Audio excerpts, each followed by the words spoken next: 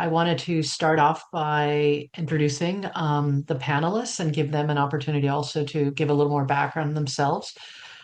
Starting with Anjelica Dortch, who is the Vice President of Operational Risk and Cybersecurity Policy at ICBA. And Angelica, go ahead and give a little bit more background on yourself. Sure. Thanks, Shannon. Again, I'm with the Independent Community Bankers of America. I've been here for a little over a year.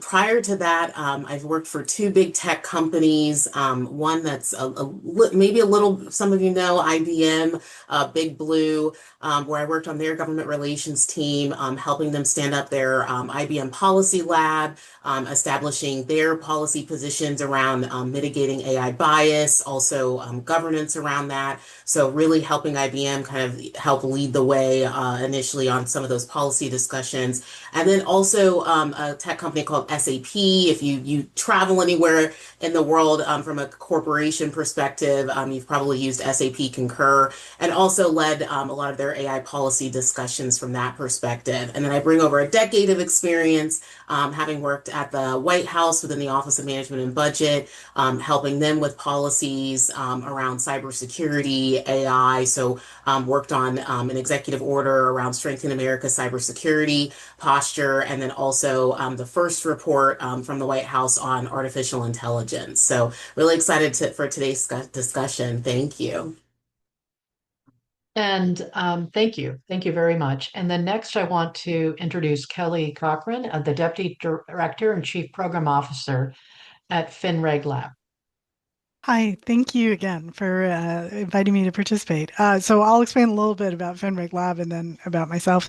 We're a nonprofit research organization. We're headquartered in Washington, D.C., and we really focus on the use of data and technology in financial services with a particular eye towards increasing financial access, as well as customer protection concerns and model risk concerns and, managing other risks. So we're 8 years old and have spent a lot of time focusing in particular on the use of machine learning and alternative data sources like electronic bank account data in credit underwriting.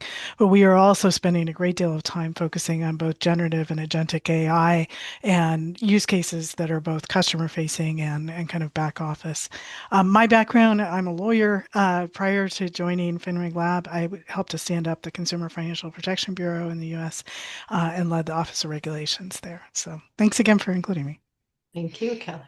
And last but not least, Ryan Miller, who is the Vice President and Senior Counsel of Innovation Policy at the American Bankers Association. And Ryan, can you tell us a little bit more about yourself? Yeah, no, thanks, Shannon. Really glad to be here with you, Kelly, and Angelica. Looking forward to this conversation. So I've been in with ABA now about 3 years, so I get to do a lot of the things that sound fun with innovation policy. It's like we don't know where else to put it, so to go to that group. So we do things like AI and 1033 open banking, permission data sharing, privacy, digital assets, which is very much in the news right now. You may wonder how I ended up with all this. Do I have a technology background? I do not. I come from more of a compliance perspective. So I like to focus on things like governance and things like that. But I recognize the importance of having people with my mindset working with people who do understand technology and then all parts of the organization. So as part of my experience working in compliance, I tried to bring that with me to ABA. So when we're thinking about what things look like with respect to AI, making sure you have that cross-functional collaboration, getting the different perspectives, and then really synthesizing it into something that you can operationalize, which will allow you to achieve your business outcomes, but then still, do it responsibly. Thank you. Thank you, Ryan. And I'm going to kind of set the stage for this discussion by kind of acknowledging that you've probably all heard the news and maybe some of you saw the testimony on Capitol Hill of the head of the bank agencies about the discussion about tailoring regulations, where the regulations and guidance will still apply to the largest, most complex banks, how that affects model risk and AI regulation. They will probably still keep doing what they're doing with the strongest validations, the strongest controls, given their systemic risk. However, they are talking about tailoring for the regional and community banks based on complexity and the usage of models, and with regard to MRM, the usage of models in AI, and they're largely focusing on maybe below certain thresholds, allowing banks to develop more customized model risk management to their size and complexity. And I also wanted to note, and we'll put this in the chat, last week, Treasury put out resources on AI risk management frameworks, and a risk management framework from the Cyber Risk Institute, which largely mirrors kind of a maturity model that many risk managers have seen. So a lot of things are in play. It's very dynamic right now. What ultimately model risk management and AI regulation might look like, especially with tailoring for regional and community banks. So one of the specific one of the specific characteristics of regional community banks is their tendency to utilize more vendor models, especially with AI solutions. And one of the questions I'd like now to address to the panelists is how can regulatory guidance address appropriate governance, validation, and monitoring of these vendor provided AI solutions and general vendor models? Um, what are some like good guidance, good best practices and guidances that you may want to present? And I'll start with Anjelica at ICBA. Yeah, I mean, I think from our observation, and I'll just set up the framework here. If you're working at a community bank, one of the things you have to realize is that we're not building any models or developing models internally. We're not a frontier company. We're not pretending to be. The average community bank has over 100 vendors that it's using, half of which are technology companies. So I think the first thing that comes to mind in terms of, guidance that we hear from our members is due diligence, that checklist of things that we need to be asking our vendors around AI, and especially around data security and information security. How much data access is there? Are you using any of our data to train your models? Can we, put up a firewall to stop that? So really getting into the weeds on like the data and security aspects. But then also contract language. We've been asked a lot about making sure that there are certain nuances in the contracts, like if there's any recommendations from that perspective, to help with the discussion, especially if there's an incident, and the examiner is coming, or there's supervisory steps that need to happen. Can banks get more, I wouldn't say leverage, but have a better dialogue and a stronger seat at the table with the vendor when we have to have those discussions and work hand in hand with the prudential regulators on what happened and how are we trying to prevent this from happening again? Because at the end of the day, this is a shared risk model we're talking about. And right now it feels very one-sided that this is all on the bank, right? And really it is a shared risk. We are the deployer and they are the developers, and we have to work together on making sure that these solutions work. And when they don't, let's come to the table and figure out what happened again and what are we going to do to prevent this, and make the tweaks to the model that we need to, or any solutions. So those are kind of the things that we would like to see in the guidance, is really just clarity again around like the due diligence, contracting, and again implementing that shared risk model to make sure that both the employer and developer, the bank and the vendor, are at the table on this. It's not just here's your solution, good luck and go conquer whatever it is that you're working on in terms of the use case you're trying to address. Next, I'll pass it on to Kelly at FinRegLab. I think the other thing that we're hearing a lot of interest in right now isn't so much formal guidance, but it's practical mechanisms to make due diligence more efficient and to really explore opportunities to share, to standardize, and even to build on what the regulatory agencies themselves are doing in terms of examinations of some vendors. They don't examine everyone. So that's a huge pain point in the system, because you have all of these individual banks who are having to go through the process. Obviously, the standard language and principle is that banks have to tailor their processes to their own situations, their own risks, tolerances, and other circumstances. But there's a huge amount of duplication in the system. And the more that it's bespoke and every single bank has to do it for itself, the harder it is for everyone, vendors and banks alike, and kind of the more inefficient the process is because we've just got a lot of duplication. So we're seeing a lot of interest in those kinds of solutions, whether they're private standard setting organizations or, the Office of the Comptroller of the Currency in the US has issued a couple of requests for information in the last year. And some of those are focusing on things about how they share exams when they are examining vendors, and some of the questions about how that information flow works, that can we put banks in a better position where they're not having to reinvent the wheel as much. So I think that's a really core place of focus, but it's not so much about the guidance as it is the practical mechanisms for sharing the information and making the system more efficient. Thank you. Thank you, Kelly. And now I'll pass it on to Ryan.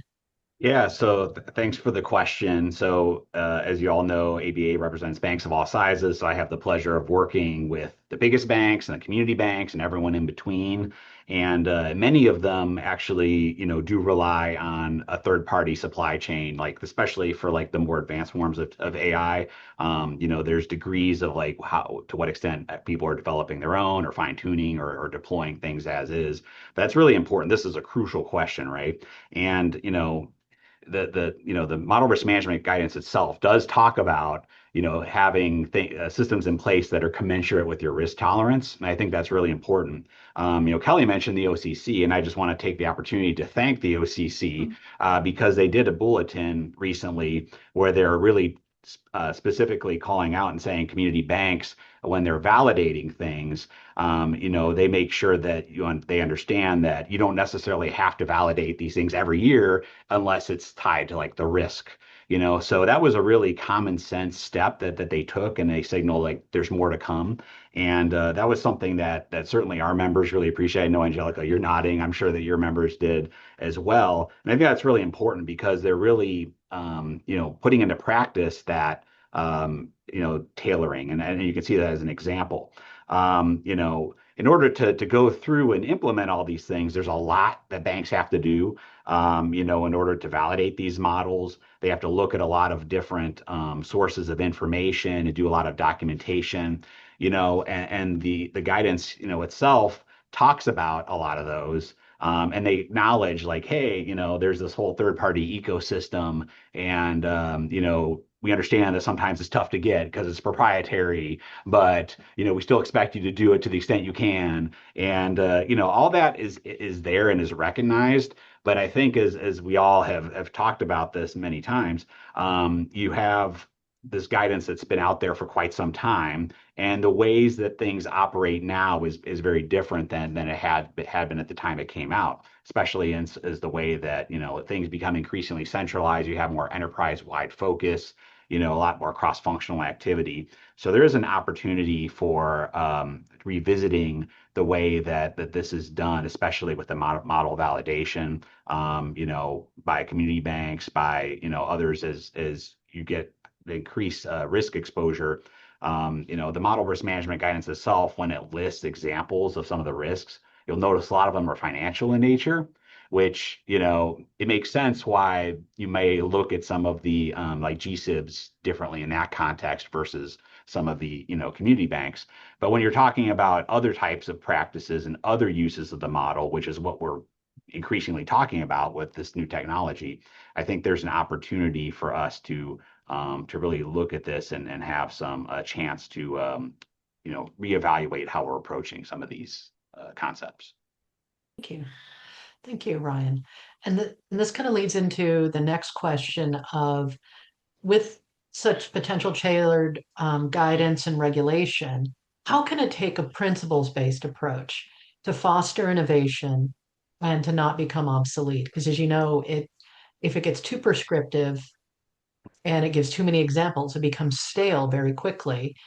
And it could also not pick all the best practices and stifle innovation. So again, I'll start with Kelly. How can this tailored AI regulation take a principles-based approach and foster innovation while managing risks. I think that is a real tension. It always is in this Yeah. space. And, it's really interesting. We're seeing a couple things go on in the US. One is the House Financial Services Committee is looking at a draft discussion bill right now that would direct the prudential regulators to issue guidance within a year, including a notice and comment period on different types of AI. And it is very detailed in the list of factors that should be considered and spoken to and everything else. It doesn't give a lot of substantive guidance as to what the guidance should look like, other than saying that if something meets the standards that are otherwise developed, the fact that there's not a lot of explainability by itself should not otherwise hold back approval of a particular type of model. But that's the challenge, is like, how detailed do you go? The more detailed you get, I think, like you said, the more likely it is to get out of date. Where we've been asking people, if 11.7 was to be reopened, or if the Prudential start issuing FAQs or other kind of more flexible materials, what would be most helpful to see? And you get really different answers. I think especially smaller institutions often want a pretty clear roadmap. They, even if it does, you set aside the risk about getting outdated over time, it would be helpful for them to just have a clearer sense of kind of what's on the list. I think larger institutions sometimes, are more comfortable with the flexibility. But as I think some of the prior panels have talked about, there is a feeling that generative and agentic AI is different in some ways, that it does present some risks that, for instance, explainability and complexity are, pretty fundamentally different in this case, and that we do have to shift, not to not do upfront validation, but ongoing monitoring, guardrails, circuit breakers, fallback systems, kind of how you are managing it in deployment is becoming much more important as these models become more dynamic and kind of more reactive to kind of ongoing changes. And so that's probably the thing I think we hear the most that people are interested in, is getting some acknowledgement of that difference and recognition that there are some differences, and people are going to need slightly different combinations of strategies for managing and different technologies and different use cases. But beyond that, it gets complex. I mean, there are a whole host of other issues, and I think some of the prior panels talked about the many types of risks that come up with AI, not just classic model risk. So there's different people have different answers as to what they feel like would be helpful as opposed to likely to get outdated or restrictive. So. Thank you. And I'll pass it on to Ryan to give your explanation Yeah, of thank what you. you would want to see. Thank you. Yeah. So, we have an AI working group that we have, and we talk quite a bit. And there's been a lot of opportunities because, AI is one of those things that is fun to talk about, and policymakers want to learn about it. So we have an opportunity to get together and discuss what they would like to see from policymakers. And probably, you know, near the top of the list, if not the top one, is having a chance to go back and looking and revisiting some of the model risk management guidance, and potentially updating it based on notice and comment. And I think that is really important, because coming in now, it's like, well, what is it you want? And as has been said, sometimes the answers can vary, but having a more targeted opportunity to provide feedback, I think, is really key and crucial to make sure that it reflects the way that the banks actually operate. But if you go and read the model risk management guidance, right, which definitely I may or may not have done that today to make sure that I was remembering all of the things correctly. There's a lot in there that that is really sound and conceptually continues to be really very helpful, honestly. If you're looking through it, you're encountering concepts like the three lines of defense. That's really like fundamental to the way the banks operate and should operate. And I think it's a perfect, really, a model, if you'll excuse the pun, for how other industries can like manage risks associated with AI. Talks about effective challenge. As a second guy, line guy, I really love that. So I appreciate that really permeates everything. Governance, policies, and controls, that continues to really be evergreen things. Creating incentives and a culture of compliance. There's a lot in there that I think will continue to be useful, and that's one of the reasons I think it's important that to note that this remains something that's going to be important and will be going forward. Now, some of the things that maybe don't work as well, like it's kind of funny because the definition of model in the model risk management guidance, it's really wacky. It's like really long, and then they have like footnotes about what, well, other things should also have rigorous controls and all that. I think there's an opportunity to clarify what's in, what's out, because sometimes we say like, oh, AI is going to go through model risk management guidance, but the way you look at it, depending on how it actually is in practice, it's not super clear sometimes. So there's an opportunity to revisit that, talk about some of these other types of risks, like you can't look at it in isolation. Shannon, you talked about like what the CRI put out about mapping like the NIST frameworks across various things.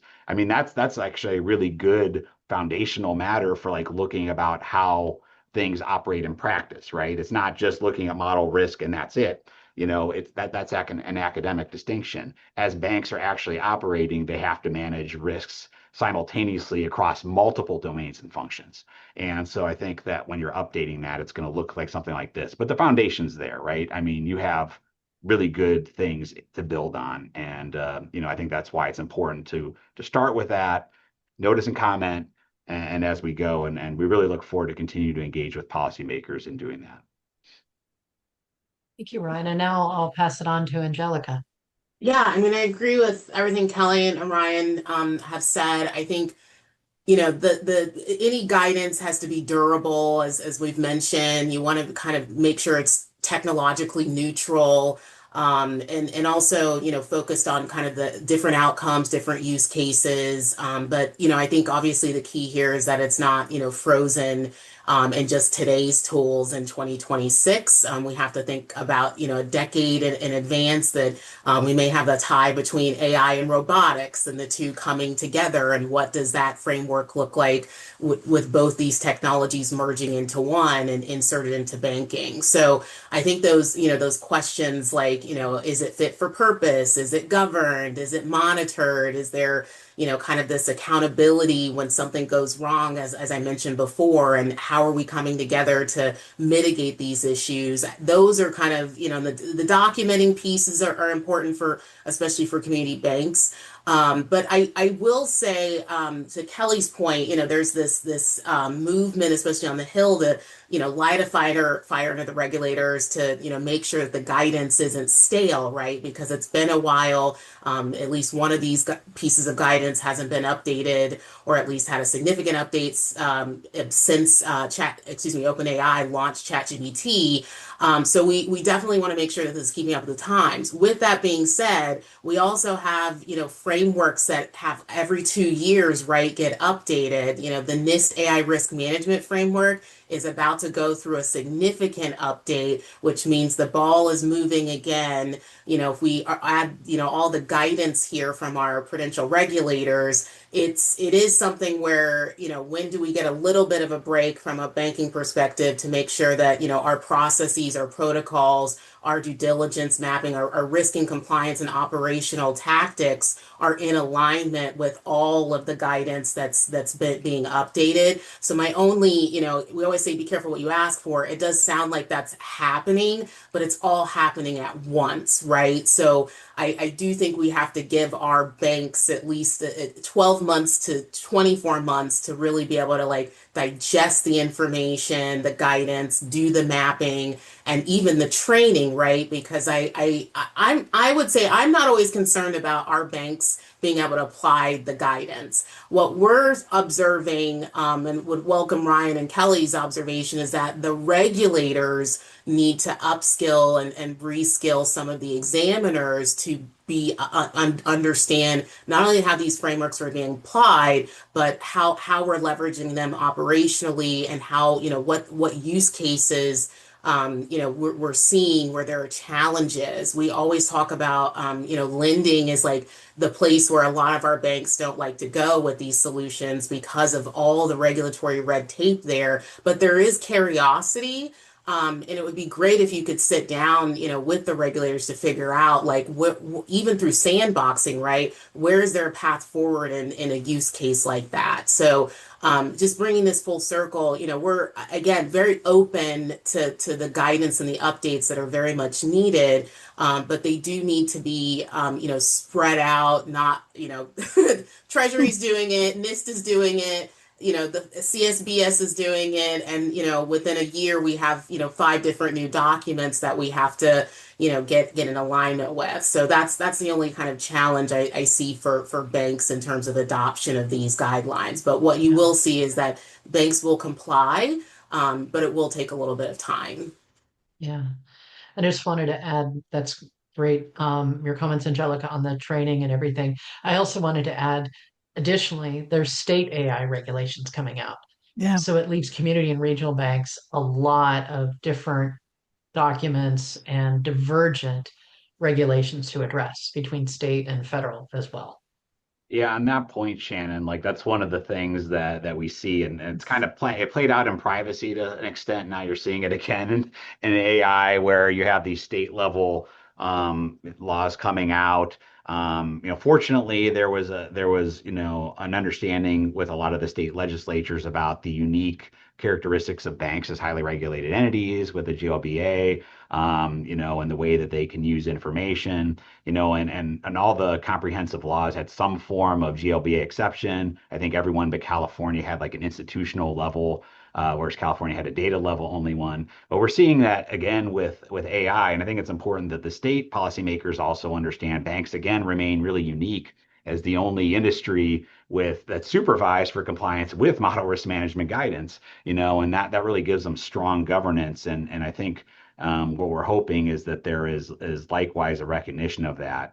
As Congress is doing things, then hopefully there's preemptions in place. But until that happens, we're hoping that the state policymakers recognize and really understand the way that banks are different than other industries.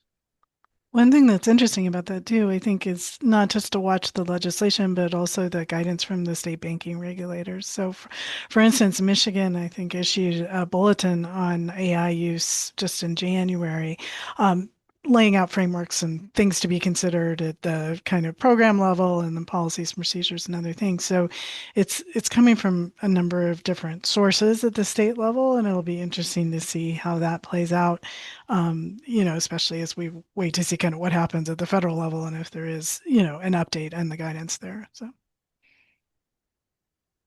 I will add, and that I always hate to be the bearer of bad news. I do think like there's always something churning. The observation I say at the federal level is the president earlier this week mentioned in his State of the Union speech the one rule on federal AI laws, and so it does seem to be a push for one rule, one national framework.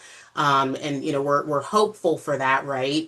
But in what we'll see, in the next 90 days, so March 11th, the Department of Commerce is supposed to evaluate state AI laws that might hinder innovation, might prevent a bank from adopting AI with a lot of assessments, things like that. And then we will see from the Department of Justice task force, whether or not they kind of go after those states and, try to preempt them from doing that. Now, obviously, there's going to be some legal challenges to that. I've heard it, no surprise. It's a small number of states, maybe with the color blue behind them. But at the end of the day, we will see a fight there. But from a state observation piece, what I do find interesting, so last year there were over 750 AI bills introduced in state legislatures. I would say less than half of those were, passed or even introduced, or went to introduce that committee. But what we are seeing is New York and California are ones to watch because they are trying to make changes to their bills to make sure there's alignment and harmonization. So I think that's kind of the path forward at the state levels that governors seem and legislatures are seen to acknowledge that they have created a patchwork. They need to legislate around this in the absence of, federal policy. But they do see that there are nuances in each state. And so I think in 2026, 2027, states, if they do make changes to their introduced bills, it is around alignment and harmonization, which is certainly positive. But I will say, banks in general, not just community banks, we shouldn't need a 50 state legal strategy just to pilot or launch low risk AI tools, right? So that's really the challenge here is striking that balance that if Congress isn't going to act, what can the states do and what can the regulators do in partnerships with the states to make sure that, there's not so much red tape for banks that they just don't feel like adopting, new AI solutions that could really bring value to the institution and value to their customers. Thank you. Thank you, Angel.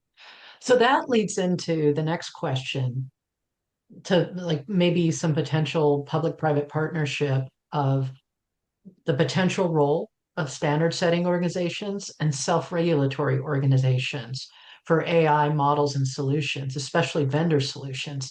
Like, I'll start with Brian with ABA on what do you see as that role of standard setting organizations and or self-regulatory organizations for trying to pull some of this together and helping community and regional banks manage the risk of AI models and solutions, especially in the vendors that they work with. Yeah, no, I appreciate the question because I really think this is a golden opportunity. Really have this moment where you can kind of see things open up and a chance to do things in a way that really benefits the entire ecosystem. And I think this is one of them. So we talked about the challenges of deploying, third-party solutions for AI applications. A lot of that comes with, the necessary documentation and vetting and due diligence and everything. That's challenging for a number of reasons, not least of which because a lot of times these companies they don't think like banks. They don't really understand banks or why they do things the way they do. Of course, when you're involved, charged with, handling other people's money, you want to be careful with it, right? It makes sense. But that's not always something that comes naturally to a culture that thrives on like moving fast and breaking things. You don't want to have that introduced in the banking system. So in order to have the appropriate levels of like education for both sides, understanding the perspectives, having really like harmonization and universalizing methodologies for testing, like using the same terms, using the same like disclosure forms like model cards,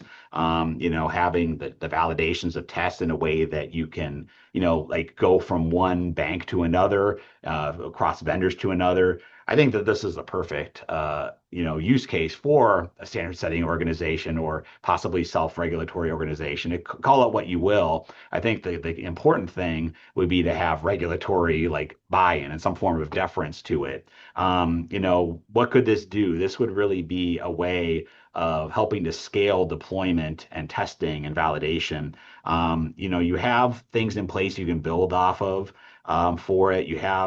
It's really going to require, people operating in good faith from different sectors, the banking industry, the big tech industry, the vendors that are using all those and are acting as intermediaries. I think that's really crucial. But I think there's a chance because I think a lot of people are open to this kind of idea. So I'm really optimistic that, for certain instances, we'd be able to see something like this for AI applications, and seeing, the regulatory deference that goes along with it as a way of really helping, community banks and regional banks. And I think that would provide a baseline protections. But then at the same time, if, for the larger, GSIBs or larger banks that want to manage their own risk, they can continue to do that. And I think that there's a path forward with that sort of thing. I know we have questions around like, would it be a center? The AI action plan talks about centers of excellence, talks about regulatory sandboxes, and that's really like industry agnostic sort of document. From talking to our members at least, the question comes up. They tend to lean more towards like this concept of center of excellence. The idea of a regulatory sandbox is, it's one of those things that comes up frequently. we have yet to see it operate in a way that I think works as intended. But maybe, like you don't want to stop trying necessarily, but we tend to focus on the center of excellence side, and then maybe like I'm not from Missouri, but show me on the regulatory sandbox issue. But there's a great opportunity here, and if I seem like very enthusiastic about it, it's because I am. This is something I'm actually genuinely excited about. So thank you. Thank you, Ryan. And now I'll pass it on to Angelica, like your view of the standard setting organizations and the self-regulatory organizations, especially with how they may work with some of the state regulations that you're discussing earlier, like California and New York that are starting to come together, as well as federal regulators. Yeah, I mean, I think, the positive power of standard setting bodies is that they are great conveners of not only policymakers, but industry, and even, just individual, US citizens, right? What's nice is like comment periods are usually littered with, individuals, researchers, people who say, I have a PhD and not, this is my own personal views, not that of my institution, international, injection in there. So I think for the standard setting organizations, they're so critical right now because they are able to bring, we talk about our ecosystem, community, regional, the big banks. It's the same with the tech companies, right? They're bringing the startups, the researchers, academia, all across swaths, across sectors, just to better understand how this technology is impacting us all and what do these standards that need to be sector neutral, right? Can be applied here.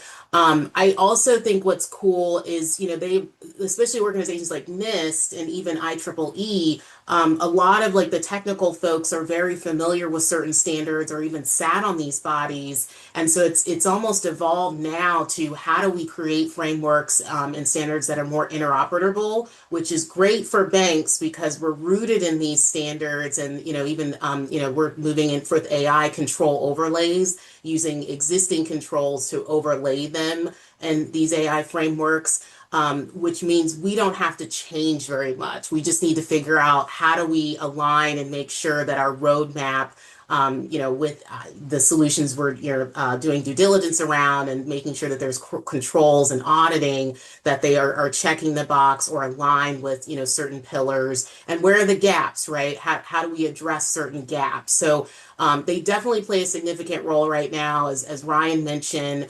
The administration is very much relying on NIST and their AI Safety Institute, or I should say that CASI, it's called now, is the Center for AI Standards and Innovation, to really kind of set that tone in the U.S. And you are seeing this across the world. There are other standard setting bodies that, also want to get this right and make sure that institutions around the world have access there. And I think from a state perspective, very quickly, states are definitely acknowledging that they can't create these, firewalls that only prevent, certain companies within the state from being able to adhere to these rules. So I do feel a lot of the state legislatures understand that, they need to adopt and understand that the freight standards are there. The caution is that we have seen bills that say in order to do business with a state, for example, and maybe you're a payment processor or do the banking for putting a bank at the bottom of a building, a government building, just providing those types of services. We have seen where you must follow NIST framework, blah blah blah. And this is where we have to realize, frameworks are voluntary, right? So it should not be law, and we will always stand behind that. Because once they become law, then they become regulations. And that is not the point of standard setting bodies. So that's what we have to be careful of. And what we advocate is just to make sure that these remain voluntary and not mandates. Thank you. Thank you, Angel. And now I'll pass it on to Kelly with FinReg Labs. Where do you see the standard setting and self-regulatory organizations fitting into all this, especially also bringing, like Angelica was just saying, bringing different frameworks together, Ryan was talking about the NIST framework and that it can drive a lot of this. But where would you also see it coming together to help set best practices as well and support some of the innovation that FinReg Labs is looking for while managing risks? Yeah, I mean, I think it goes back to some of the things we were talking about earlier, and just the desire to have kind of some consistency and efficiency in the process. That if we're building towards common standards, that makes it simpler for a lot of organizations, especially small ones. So, I think especially when you're seeing not only standards but also, certification potentially, that really goes to the due diligence question we were talking about earlier. So, I think there's a lot of interest in this. We saw some interest in it, and the FDIC in the first Trump administration was asking questions about standard setting organizations and uh, and certification organizations in financial services specifically, which isn't quite maybe as common as some other areas. So it'll be really interesting to see where that all goes. I do think the question Ryan was raising about how regulators approach this and how much deference they give to it is a central question. And the one other thing that I'll mention really quickly is I was actually at an ICBA event just a week or so ago with a lot of fintechs who were working to serve community bank markets, and they were talking about the layering on of different certification, requirements and how that can become a complicated process for a startup organization. So I think there is huge value here, and the whole idea of industry organizations that can be more nimble, especially on technological issues, than regulators tend to be, is really helpful because then you see those standards shifting with the technology. They're keeping up more regularly, and as you asked, also potentially identifying like really good best practices, the kind of leading edge. So there's a lot of value here, but in our system I think it does depend a lot on how the regulators respond to those frameworks and what weight they give them, because that affects everyone else as they decide how much time and energy to put into those systems. So So Kelly, if I can real quick, there was actually so it's Section 1033 from the CFPB that yeah, it's currently in flux right now, and but there's one thing that and this was under the Biden administration from former Director Chopra. But one totally. of the things I thought that was very creative about that, which I'm hoping remains in place in the reformulated rule, is a standard as a deference for consensus standards for an organization that sets API specs for that. So I thought that was a Yeah, really creative approach, and you can kind of see, that it can happen from different administrations, that there's a sure. recognition of that. So I think that there is a precedent. 1033, I won't often cite as the precedent of what what went well, and I think it's good that it's being reworked. But nonetheless, I thought that was really encouraging, that was in there and a really good idea, and hope it stays.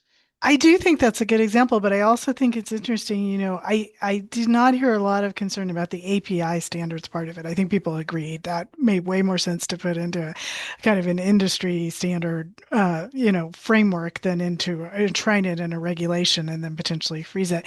But that rulemaking also looked at potential standards, industry standards in other places, and I think people were actually, different stakeholders were uncomfortable with that in different ways. We And were too.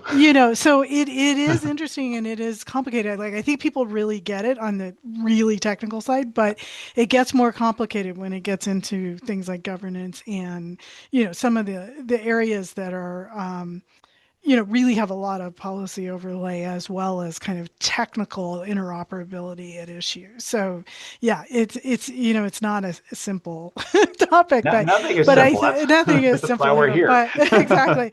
But I do think there is a lot of excitement about it right now, and the chance that this is a place where we could move the needle and make it simpler for the whole ecosystem to really move in a positive direction. So Thank you. And on that note, I do hear that FDIC is picking this up again.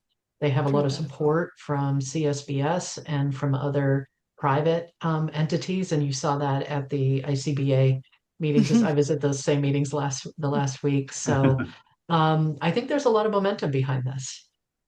And on that note, we are at time, but I wanted to thank all of you, Angelica, Kelly, Ryan, for your great comments and insights on this topic.